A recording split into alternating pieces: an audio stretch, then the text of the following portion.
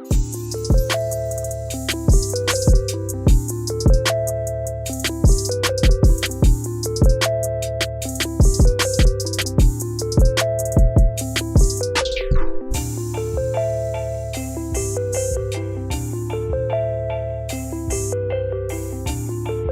this is John Arana, and this is Karina San Martin. Hey, we're back. We're so glad to be back here again at the Drop. Yes.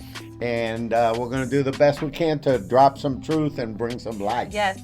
If you're watching on YouTube, I just have a quick comment. I love how my dad is sitting and I'm standing, and we're like, I'm still shorter than him. Anyways, normally when we're doing it, I'm like kind of looking up a little bit at you, but anyways, so I saw a couple of those episodes, and I'm like, you're like, I need to sit down, or you need to wear some taller shoes. Oh my gosh! But no, this series has been so great. You know, about relationships. People are loving it. Yeah, I'm loving it. Yeah, you know, me too. And it's actually helped me rethink some of my friendships and my relationships, and it's helped me to take positive action. Absolutely. You know, with some of those things, and even just approaching, one or two, and just having like that heart-to-heart conversation, and just kind of like, I think one was it refocus or refresh or something like that. Yeah, refresh. And even when we were talking about it in my head, I was like, I need to do that with that person, and I did, and it was amazing, and so if you practice these R's, if you haven't noticed, they're all R's. Yeah. That's you. Good there. But make sure you're practicing them, because they really will benefit your relationships. Yeah. They do so much. Yeah. They really, really do so much. I talk to a lot of people, and people come to me for some advice and that kind of thing. So I notice a lot of couples.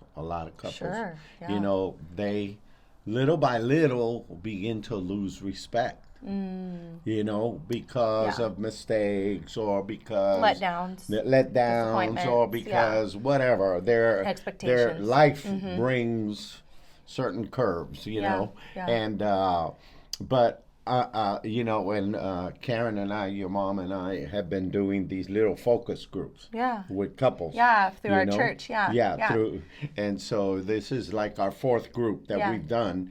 Me and Serge are coming to the next one. I'm excited. I'm looking forward to it. We didn't sign up quick enough. We got I noticed it's all like the leaders, because we were all busy on the sign-up day, running around on Sunday, and we all ended up like on the same. Well, it got packed out right away. But I noticed that the Lord's led Karen and I to talk about simple, practical things, like courtesies. Saying thank you, excuse me, please, rather than hey, can you get out of the way? Move. Sergio sometimes, like when he, especially in the morning when he's trying to get out, zoned in. Move, can you move? And I'm like, good morning. Another thing he does sometimes is like when I'll like say something, I'll be like, hey, Grace has practice at 6 today, blah blah, and like, he won't respond, because he'll be doing something or whatever, and then I'll be he's like, zoned in. Did you hear me? And he's like, yeah, I heard you. And I'm like, I need you to just say like, okay, got it, and it's like, I'm sure I know I do those things to him too, but it's like those little courtesies. It's the little things. It's like the Bible says, the little foxes are the ones that spoil the vine. So, but these are amazing. We talked about respect. We talked about boundaries, the roles, and we talked about refreshing, taking time for relationship. We talked about regrouping, kind of what's the relationship about, what's the family about, do we have a purpose, or we just going from breakfast to lunch and dinner and going to sleep and going to work. But anyhow, my gosh, so today we're going to talk a little bit more about these R's. The next one is rearrange. Rearranging things. Yeah, this is good. Rearranging things, and I picked this one because, again, talking to thousands of couples, I noticed that a lot of times people just do things by accident. Yeah. Of course. And they don't intentionally structure their lives, structure their time to take care of the things that are important and valuable. And then they just basically fly by the seat of their pants. Yeah. Is that how you say that? Fly by the seat of their pants. Something like that. Honestly, if I can be real honest, I've never really known what that statement is. I don't know if it's fly by the seat, like by the seat, like you're sitting, or by the seam of your pants. Oh, like the seam, well, you got and that me like there. the seam's gonna come undone, and everything's gonna go. Oh, crazy. man. So you I just guess gave me a revelation here. So, hey, if you're listening and you know and you have this answer, feel free to comment yes, and let us know. Please write to us. Let us know. It kind of makes What's more the proper sense, the seam of your pants. Seam of your pants? That seems... But then I'm like, I don't really know. That seems logical. Right? Oh, my God. But I think we all know what you're saying. Yeah. It's like, basically, like, whatever comes. Just whatever comes. Yeah, and I notice some people, too, like, even just with life, it's difficult for them to organize and structure their life. I know. You know, nonetheless, relationships, and because life does get busy and life does get overwhelming, and you know, you're working a full-time job, you've got kids and they're doing soccer, or you know, or you're just working your full-time job, and then you come home to your house exhausted. And you know, and so, but really when you purposely structure things, it takes away a lot of that stress. And that's a big point. That's a big point. Yeah, and the same goes for your relationships. It's not just, that doesn't just happen with life. That happens with our relationships too. When you structure your relationships, when you clarify your relationships, when you rearrange, and to me this speaks to priority. Yes. Prioritizing. Absolutely. You know, when you guys were growing up, I actually learned this from Dr. Cole, Ed Cole, my spiritual father, even though he didn't frame it in these words. But he did say you need to take time intentionally to spend time with your wife and your kids. And so out of that advice, then I started trying to figure out how am I going to do that, okay? 3 daughters and a wife, all girls, 1 boy. 4 ladies. Mission Impossible 4. But anyhow, so I started realizing unless I structure things, I'm not going to get to it. Right. So, you know, I said, okay, Friday night is our date night with your mom and I. And then I picked certain days of the week so that I can do things with you guys. Either go to lunch or go do something. But if you don't structure it, forget it. Because it's always the squeaky wheel that gets the grease. That's what I was just going to say. Did I say that one right? Squeaky wheel? Yeah, you totally did. We know that one. We don't need anybody to write in on that one. No clarification on that one.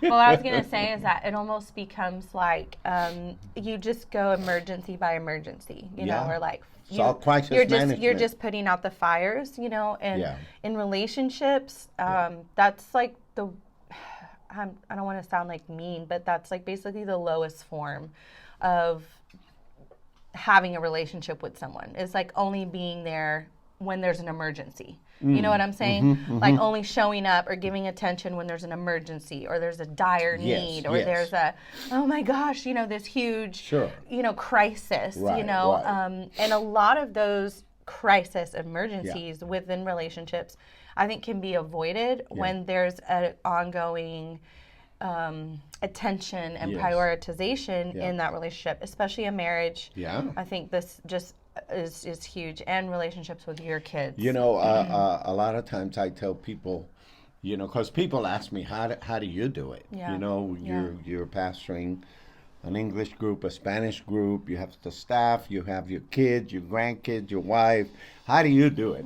And basically, I just set aside intentionally certain days for certain things, you know, because if I don't do it, I'm just like everybody else. Of course. You know, whatever screams at me the loudest, then I'll attend to that. Whatever's most critical. Yeah. Right. But if I want my life to work, then I have to maintain a healthy relationship with my wife. Yeah, 100%. I have to maintain a healthy relationship with my children, my son-in-laws, my grandkids, you know, the congregation. So you have to set yourself in an intentional way. So mornings, I don't talk to anybody except my wife.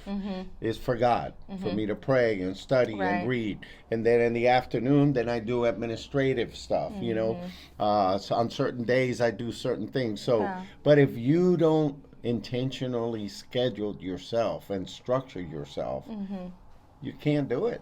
No, yeah, there's too many things pulling. Yeah, and I think this rearranging, for me, it speaks a lot to kind of like pausing for a minute and asking yourself, when it comes to relationships, because obviously we're talking about relationships, is what are the relationships that are important to me? You know, what are the relationships that I value? That's a big question. Because we have a lot of relationships and different levels of relationships. And you know, and so once you determine what those, you know, whatever, depending on how many people are in your family, but those top relationships, then you need to rearrange your day or your week to make sure that you're being intentional with those relationships, you know, and then it comes in levels and layers, you know, because obviously a spouse will always take priority over a friend, you know, or a, you know, coworker or whatever. And that's a great point, because that's how you make decisions. Exactly. That's how you make choices. Exactly. And that's why I always say,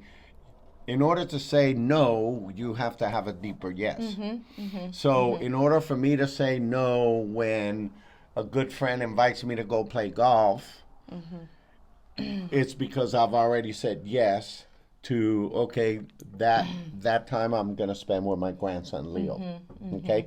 So once you structured yourself, then you are making sure that you're taking care of the most important relationships in your life. That's right. Everything else can be added as we are able to. As the space and time. Yeah, exactly. So I think this is really huge. Rearrange, priority. And a lot of people, excuse me, Karina, they're not doing it. No. The biggest complaint that I hear is, you know, my husband never takes time for me. You know, my husband is always so busy with work, you know, and I know guys are busy with work. I mean, you know, you spend most of your life working, but is that what you're going to hope that you did more of when you're in your deathbed? No, of course not. Man, nobody. I wish I spend more time in the office. No, and it's a really important thing to pause and evaluate, you know, because I think I've said this almost every episode, but life is literally all about relationships. It's all about it. Yeah. And then of course, you know, there's pivotal moments, there's pivotal times, and you know, I've even experienced, you know, seasons, you know, where there's a certain friendship that is flourishing more than others. Absolutely. So I might spend more time with that friendship because we're benefiting each other, we're helping each other grow, we're supporting each other, you know. Or there might be times where it's like, life is so crazy busy. Literally, I only have time for like my kids and my husband, and on occasion, a couple extra people. Yeah, that's true. You know, and then you just have. So it's important to be evaluating this and then making changes and adjustments. Not just saying, "Oh, well, it is what it is." No, because those relationships that are super key. You know, you have to prioritize them. And a lot of people, you know, what I hear them saying is, "Well, you know, I got to work." You know, work is important. Absolutely, work is important. But really, work cannot be an excuse not to invest time with your spouse and your children. Definitely. I mean, and the Lord. I mean, those are basic elements of life. And so what I tell people is, you say you don't have time, but you do have time, because the average person in the United States of America spends 3 hours a day watching TV. Oh, yeah, easy. So you come home maybe late, say 7 o'clock at night, 7:30 at night. You're exhausted. You're tired. You know, hopefully you have some dinner waiting for you. You know, you eat. Maybe say hi to your kids for the next 30 minutes. Who knows? An hour, because maybe those kids are going to go to bed at 8 o'clock to go to school. So guess what? that's your first thing. That's the first thing you do is spend those 30 minutes with your kids. Yeah, yeah. You shut everything else off. That's priority. No matter what, you shut everything off. Cleaning the kitchen after I spend my 30 minutes with my kids. Then my kids go to sleep. We put them to bed. Then I spend time cleaning the kitchen with my wife. And then I spend the rest of the evening with my wife. If we have time for TV, great. If we don't, who cares? Yeah, right. We're taking care of what's important. Yeah.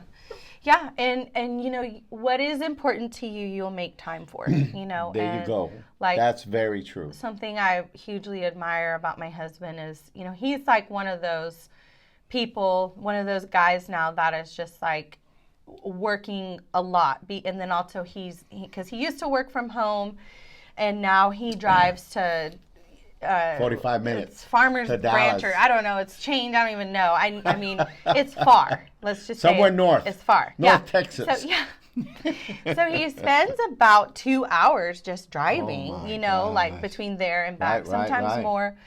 But my point is that he wakes up super early because he needs time for himself. Sure. And he like, if he just wakes up and goes to work, he has zero time for himself. Because then he comes home and it's like finish work, kids, dinner, put the kids to bed, hang out with me, and it's bedtime already. So my point is that, like, because he needs that, he wakes up crazy early. But he structured his day. Right, exactly. And he's done it intentionally because he knows that's going to be the time for me. Yeah. So my point is that, like, what's important to you, you'll make time for. Absolutely. And I encourage you to do that. Make time for the relationships that are important, and that includes yourself, your self time, because your relationship with yourself is important. Yeah. If you're a mess, everything else is going to be a mess. If you're not good with yourself, then forget everything else. That's why that's why I tell people, look, get up, even if you have to get up 20 minutes, 30 minutes early. Get up early and have your quiet time. Right. Do your reading, do your thinking, do your planning, have your quiet time. Set your day, whatever you need. And if exercise is important, then make time for that. Exactly. Get up early and do it, you know. And I think that it's easier to just float around. Of course. Right? Oh, yeah. You get up and it's like, I don't feel like doing that. I'm not going to do that. Not today. I'm going to sit there and relax. I'm telling you, you can relax so much that you're going to end up a vegetable. Oh, my gosh. Yeah. No, it's true. It's true. Another thing that I was thinking about with this rearrange with relationships was also to be willing to rearrange certain things and certain interactions with a person based on what that person needs in the relationship. It's not like time obviously is a big thing, but like I know I've had to rearrange certain expectations or certain like what? Give us a few examples. Like, specifically, here's a good one. And pretty much everyone knows this about my husband. But my husband is a much more introverted type of person. He gets really drained when he's around a lot of people. Sure. And he gets like just depleted emotionally. He enjoys being around other people, but it's like it takes a lot of output. It's work. For me, that's not like that for me. I'm like, I enjoy being with people. There are certain crowds that drain me, but those are different for different reasons, There you go. And so because my interactions and my relationship with him is important to me, I've had to learn to rearrange certain expectations because of how he needs and what he needs. Exactly. Just like he's had to learn to do that for me. Like we had a conversation the other day, and he was like, I was like, I just feel like we can't do anything with people because you're so busy and it's draining, and I get it. And he was like, that's not what I'm saying. What I'm saying is that I think we just need to plan it better so that I have time to recharge, that I have time. So that's like this little rearrangement that we had to kind of make based on, because the relationship's important, what I need is important, what he needs is important. Absolutely. And so we're having to adjust. And you work it.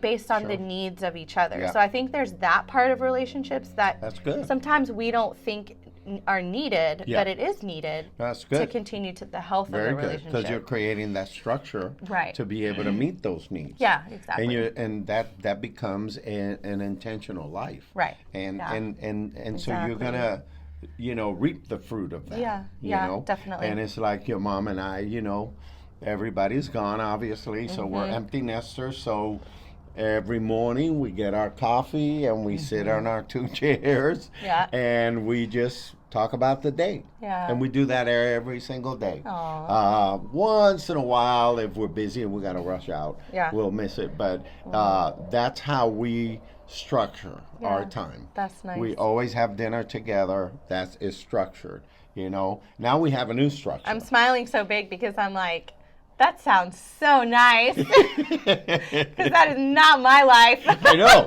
But we are empty nesters.